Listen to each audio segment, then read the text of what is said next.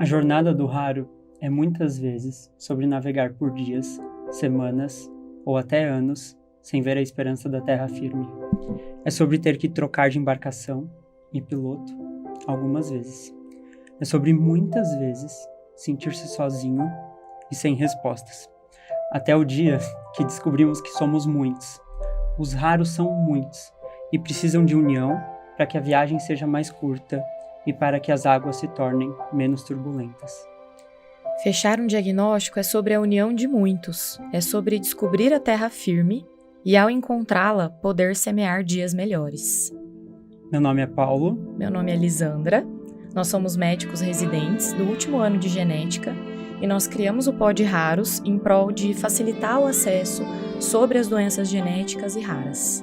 A cada 15 dias, vamos trazer episódios para contar histórias dos raros e trazer assuntos relevantes sobre esse grupo de doenças.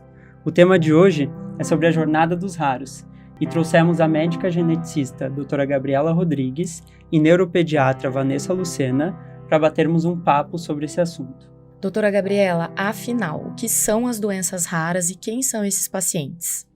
Essa é uma boa pergunta para definir realmente o que são as doenças raras. Então, uma doença rara é aquela que vai afetar a uma pessoa a cada 2.000 pessoas.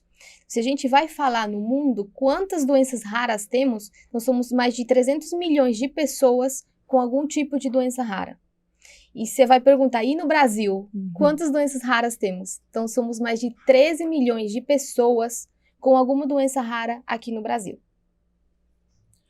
Doutora Vanessa, ontem mesmo eu atendi uma mãe de um paciente que ela me referiu que o diagnóstico do filho dela demorou 25 anos. Como que você observa essa demora no diagnóstico dentro dos seus atendimentos? Então, Paulo, dentro da neurologia infantil, nós temos tanto doenças que são tidas mais comuns, mais corriqueiras, por exemplo, como TDAH, autismo, até doenças de fato muito raras, com baixíssima prevalência. Mas desde as doenças mais comuns até as mais raras, e que de fato os pacientes passam aí, percorrem uma longa trajetória de mais de 10 anos, de fato é a nossa realidade. Se a gente não conhece a doença, a gente não diagnostica. Então, por isso que é importante a gente empoderar as pessoas do conhecimento, porque até o mais comum, se a gente não tem esse conhecimento, torna-se raro e difícil essa trajetória para o nosso paciente. A gente vê muito isso no dia a dia, né? E uma das principais dúvidas que a gente recebe, até dos pacientes mesmo e colegas médicos, é se toda doença rara é genética e também se toda doença genética é hereditária. Daí eu queria saber, doutora Gabriela, diferencia esses termos pra gente, explica melhor. Exato, é importante diferenciar tudo isso porque é uma base um pouquinho mais para entender como que funcionam as doenças raras, as doenças genéticas, né? E entender que nem toda doença genética vai ser hereditária, né? A gente tem diferentes termos aí. Por quê?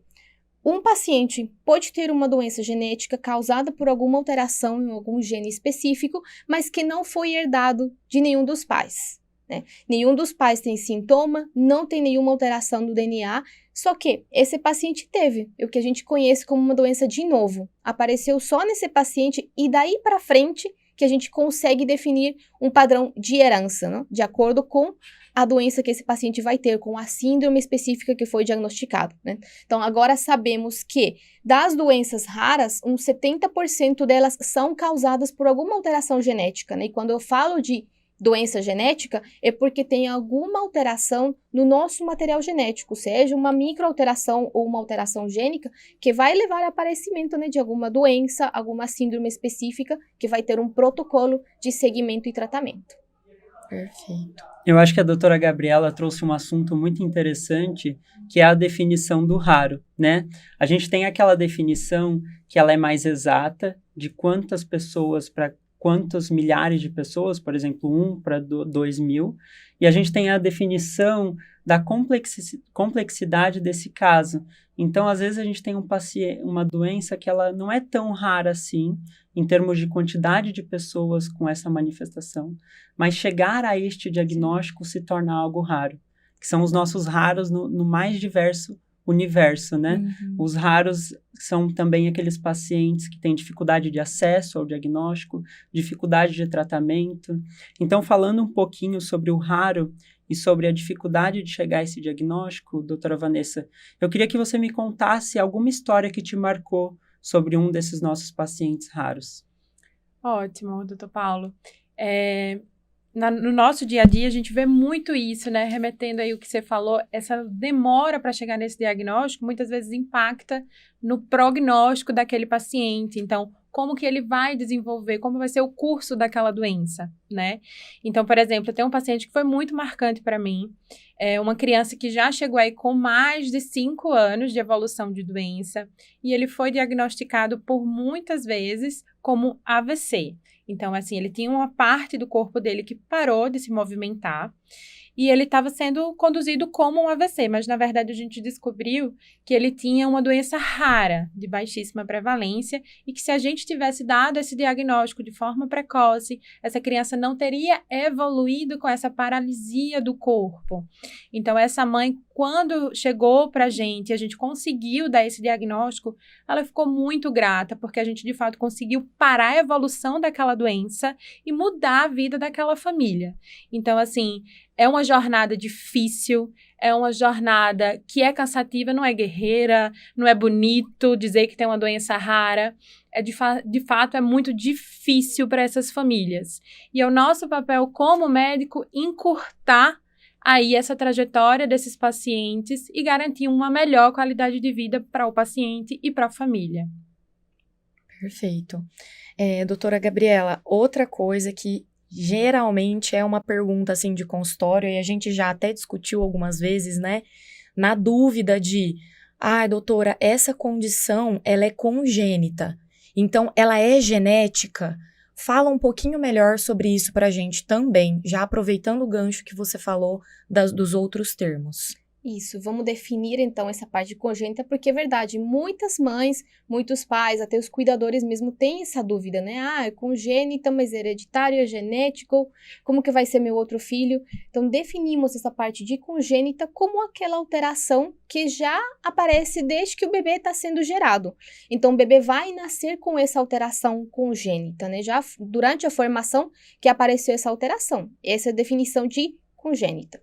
Quando a gente fala de genética, foi justamente isso. Quando tem alguma alteração no material genético que vai predispor a que esse paciente tenha alguma malformação, alguma alteração, algum síntoma específico que vai levar ao aparecimento ou ao diagnóstico de uma síndrome, né? Então, essas seriam as definições. Congênito vai aparecer desde o nascimento e aquela genética a gente pode descobrir depois, né? Como até a Vanessa falou também, pode levar muitos anos de investigação, inclusive muitos pacientes, né, que para conseguir uma consulta com o geneticista ou até serem encaminhados com o geneticista, pode demorar uma média de 7 anos ou mais. Inclusive até para ter o diagnóstico, né? Como são doenças raras, muitos especialistas também não conhecem, então não sabem, como eles não têm esse olhar também, é por isso a dificuldade também de muitos terem o diagnóstico. Tem a questão do profissional mesmo, né? Até a carência ao acesso. Isso. E a questão até encontrar esse profissional. Dali até fechar um diagnóstico também toma tempo, disposição. A gente tem visto isso na prática, né? Sim, e como eu falei, né? Tipo assim, você não precisa ser um médico geneticista para pensar que aquela doença que está na sua frente pode ser uma doença rara e que deve ser encaminhado para esse médico, né? Então, acho que a proposta aqui é essa, né? Eu acredito que seja isso. É a gente conseguir dar pistas para as pessoas de que isso pode ser uma doença rara. Exato. E que merece ser encaminhada e investigado. Exato. Né? Ensinar um pouco, informar um pouquinho mais para que saibam que essas doenças raras existem, né, para todo mundo. E que, como a Vanessa falou, é um olhar específico, um olhar um pouquinho diferente para isso, um pouquinho mais de atenção, que a gente consegue melhorar toda essa trajetória, né, de todos esses pacientes e as famílias também, né? Com certeza. E falando em existir, né, eu acho que o destino da jornada do raro ele acaba sendo o diagnóstico, né? Ou às vezes o ponto de partida para essa família começar a procurar ajuda. Eu tive um caso muito interessante de um paciente que ele já tinha 5 anos e tinha manifestações desde que nasceu. E quando a mãe recebeu o diagnóstico daquela síndrome genética, ela chorou muito. Eu imediatamente peguei um copo d'água, um lenço de papel para consolá-la. Ela virou para mim e falou: doutor, eu tô chorando de alegria, porque finalmente eu tive uma resposta. Exato. Então, doutora Gabriela, eu queria que você comentasse um pouco para nós qual que é a importância de ter essa resposta e o impacto que você observa dessa resposta nas famílias. Olha, Paulo, eu acho que muitas vezes não é nem essa parte de ter diagnóstico, de falar para os pais, teu filho tem tal síndrome, ou isso aqui que aconteceu. Eu acho que muitas vezes eles serem ouvidos também, porque uma mãe justamente para mim falou no consultório assim, uma mãe sabe quando tem alguma coisa errada com o filho. E eu não tenho, assim, dúvida nenhuma de que é verdade, porque se é mãe e pai que ficam o dia inteiro com essa criança, eles sabem, mesmo sendo pais de primeira viagem, que já têm outros filhos, então eles sabem, muitas vezes, que acontece, que eles não são ouvidos, eles não são escutados. Então, quando eles realmente entram nesse mundo aqui das doenças raras, onde a gente está fazendo um monte de investigação com exames e tudo mais, para eles já ter essa atenção de que realmente tinha alguma coisa errada com o filho, que eles não estavam, se talvez, entre aspas, loucos, porque muitas vezes eles escutam essa definição também. Não, você tá louco, você quer atenção, que teu filho não tem nada. Então, só ter essa atenção para eles já gera um alívio, sabe? Saber que meu filho, tudo bem, ele tem alguma coisa, ele vai ser investigado, vão me ajudar com o diagnóstico, e obviamente ter esse diagnóstico final para saber como vai ser daí para frente e ver as melhores formas de ajudar esse paciente e esse filho, eu acho que é o mais gratificante depois de toda essa jornada, depois de todos esses anos de sofrimento, né? Porque é um sofrimento para a família. Então, eu acho que desde o momento que eles sabem que estão sendo escutados, ouvidos, que alguém realmente prestou atenção em tudo que eles estavam falando, já é um caminho, assim, andado, né? Para frente. Certeza. E daí, para o diagnóstico e tudo que vem para frente, para eles fica também mais leve, sabe?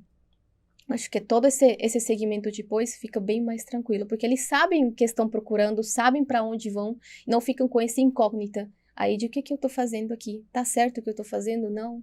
Aí eles sabem, tem um caminho trilhado já.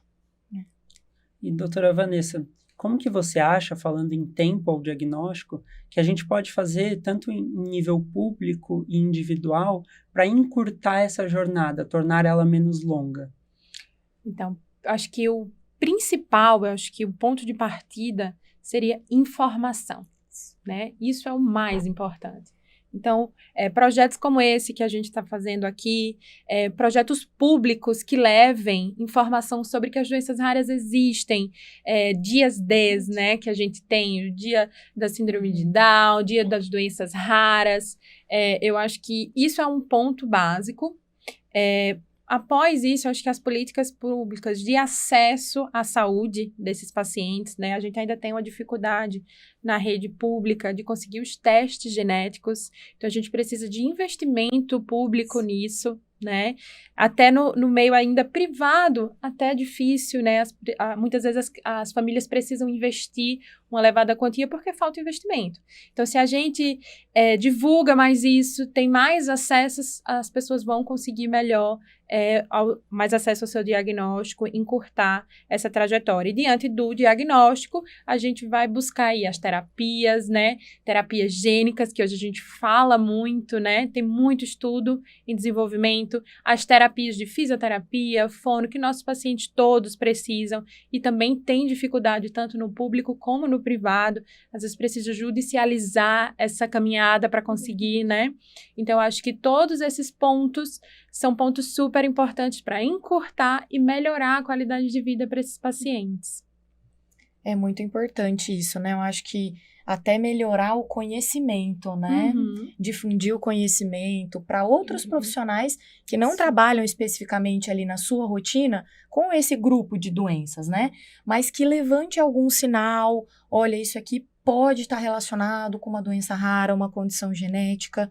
Pegando esse gancho, doutora Gabriela, o que você dá, assim, de alguns highlights para algum profissional que está ali na prática do dia a dia, para que ele pense que pode ser uma doença rara, um quadro genético, e ele precise de algum outro suporte de um outro profissional dessa área? Primeiro, já que a gente falou sobre essa parte de congênitos, da criança que nasceu com alguma alteração, alguma malformação congênita, que realmente esteja prejudicando o desenvolvimento normal dessa criança, precisa de uma avaliação com o geneticista. Porque precisamos saber se essa alteração pode ser isolada ou está associada a alguma outra síndrome, né, que pode colocar em risco a vida também dessa criança e ver como que a gente pode ajudar. Então, se essa criança, por exemplo, tem uma dificuldade também para ganho de peso, ele não está crescendo direito, tem alguma dificuldade alimentar, tem algumas características talvez faciais ou corporais que são diferentes comparados com uma criança da idade igual, né? Então, essas são algumas coisas que eles têm que procurar. Um atraso de desenvolvimento. Essa criança não está andando no tempo certo, não está caminhando no tempo certo, não está falando. São também outras indicações. E até alterações comportamentais também, né? Dessa parte dos raros, assim, temos muitas indicações. Mas essas seriam algumas principais. Ou quando um paciente, por exemplo, tem infecções de repetição, vemos que um tratamento específico não está dando certo e esse paciente já tomou um monte de medicamento, já foi encaminhado, teve várias internações também. Todas essas pequenas coisas fazem assim, tem que fazer pensar, será que eu estou diante de alguma doença rara, alguma outra alteração que deva ser investigada para fazer outro tipo de tratamento, né? Porque sabemos que os tratamentos convencionais para algumas doenças raras, elas não funcionam. Então, temos algumas doenças raras que os medicamentos convencionais não servem, podem causar outras coisas. Então, é essa informação que a gente quer levar também, porque sabemos que muitos colegas não têm contato, não sabem como fazer isso. Diagnosticando, a gente pode fazer todo esse segmento em conjunto, né? Porque toda essa parte da genética em um paciente raro vai ter um acompanhamento integral. Então, são várias especialidades e da área da medicina também, né? Da saúde especificamente, que vão estar cuidando desse paciente. Então, é isso que a gente tem que ver. Eu acho que talvez tenha algumas pessoas escutando a gente hoje que pensem assim, nossa, doenças raras, eu acho que eu nunca vou ver isso, né? E aí, quando a gente fala em quando encaminhar esses pacientes, eu acho que tem um tema que muitas pessoas que estão escutando podem identificar, doutora Gabriela, que é o câncer, né? Sim. Então, os pacientes com câncer também podem ser e são pacientes raros, né? Dentro da oncogenética, que eu sei também que é sua subespecialidade, quando que a gente faz este encaminhamento? Então, alguém que está nos ouvindo que teve câncer, quando que ele precisaria, por exemplo, procurar um médico geneticista? Agora, pelas novas diretrizes, né, que apareceram para câncer especificamente, toda paciente que teve um câncer de mama até os 65 anos deveria ter uma consulta com o geneticista, porque a gente tem que investigar o que são as síndromes de predisposição ao câncer hereditário. Isso é mais importante. Então, todo paciente que teve qualquer tipo de câncer antes dos 50 anos, se tem um histórico familiar importante de câncer, pode ser o mesmo câncer que apareceu, outros diferentes, se tem criança que teve algum tipo de câncer na família também, alguém que teve puberdade precoce na família, entra, algum tipo de câncer raro, tá? E temos alguns tipos de câncer específicos que, não importa a idade, eles têm que procurar um geneticista para avaliar. Então, entra o câncer de endométrio, temos o câncer de pâncreas também, câncer de mama triplo negativo, são algumas das indicações, né? Mas no geral, paciente que teve câncer antes dos 50 anos ou paciente com câncer de mama antes dos 65 anos, com ou sem histórico familiar, teria que procurar justamente para avaliar isso, porque a gente muda não só a vida desse paciente com câncer, a gente muda a vida, assim, da família inteira, porque a gente consegue ver o risco dessa família que tem para ter algum tipo de câncer, fazer as medidas necessárias para avaliar tudo isso, que exames precisa e, obviamente, medidas até redutoras de risco, né, que podem ser cirurgias, tratamentos específicos de quimioterapia que ajuda, que vai nos levar a uma sobrevida maior, né, 100 anos de doença. Então, são várias coisas que a gente tem que investigar, mas essas seriam as indicações principais. Isso é muito importante, né, doutora? E pegando também esse tema, eu queria perguntar para a doutora Vanessa, sabendo, né, da sua subespecialidade em neurologia infantil, o que um médico que está ali na porta ou está atendendo outra especialidade, ele deve se atentar em alguns sinais para encaminhar para o colega? Então, isso é bem importante, né? Porque a gente vê realmente um atraso, como a gente falou lá no começo do podcast, para encaminhar para o especialista. Então, assim, como a doutora Gabriela falou, atraso no neurodesenvolvimento, é super importante, né? Mas principalmente regressão do desenvolvimento. E o que seria isso, né? A criança perder marcos que ela já tinha. Então, ela andava, ela agora tá caindo, ela interagia, sorria, ela perdeu isso, ela tá mais apática. Então, isso eu acho que é o grande sinal de alerta, regressão de marco, atraso de marco do neurodesenvolvimento. Isso, em tese, qualquer pediatra, qualquer clínico teria que saber, e os pais, como cuidadores, também devem estar alerta a isso, né? Um outro ponto importante seriam as epilepsias de difícil controle, né? Aquele paciente que precisa de mais de 2 fármacos para fazer o controle da epilepsia, e mesmo assim está tendo escape de crise, ele também merece uma investigação genética. Como a doutora Gabriela falou, aquele bebezinho que já nasceu com malformações. Então, em tese, lá no pré-natal, a gente já deveria captar esse paciente e a equipe médica já está preparada com esse bebê nascer. Eu acho que essas seriam, assim, as primordiais. Esse aí a gente não pode deixar passar.